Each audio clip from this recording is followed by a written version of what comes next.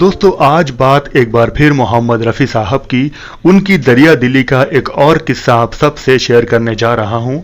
मोहम्मद रफ़ी साहब के एक दोस्त हुआ करते थे जिनका नाम था शरद व्याकुल जी।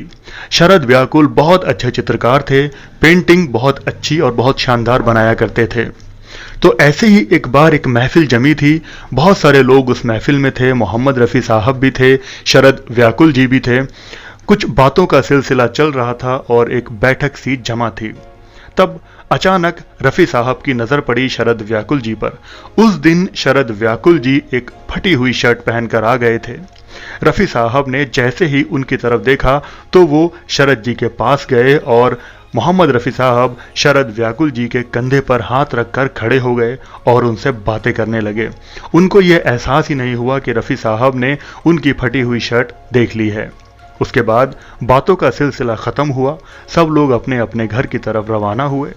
शरद व्याकुल भी अपने घर पहुंच गए और जब शाम हुई तो उन्होंने देखा कि दरवाजे पर एक दस्तक हुई। जैसे ही गेट खोला गया तो देखा सामने मोहम्मद रफ़ी साहब के ड्राइवर अल्ताफ़ हुसैन साहब खड़े हैं और उनके हाथों में बहुत सारे कपड़ों के पैकेट्स हैं। शरद जी की कुछ समझ में नहीं आया।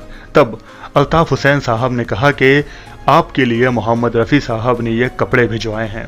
उन्होंने देखा कि करीब 1 दर्जन पैंट और शर्ट भेजी है मोहम्मद रफ़ी साहब ने शरद व्याकुल जी के लिए, और इतना ही नहीं, साथ में उनकी मिसेस के लिए भी कई सारी साड़ियाँ भेजी हैं रफ़ी साहब ने।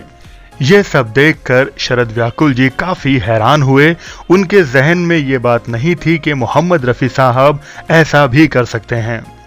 उसके बाद शरद व्याकुल जी ने एक और किस्सा बताया।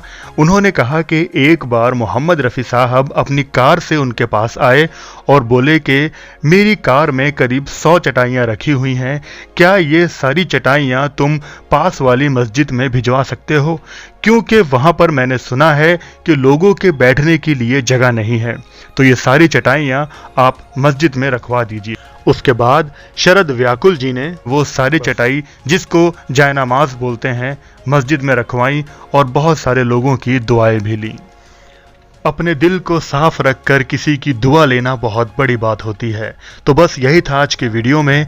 अच्छा लगा हो तो लाइक ज़रूर करना, मेरे चैनल पर नए हो तो सब्सक्राइब भी करना ऐसे ही और वीडियो लेने के लिए।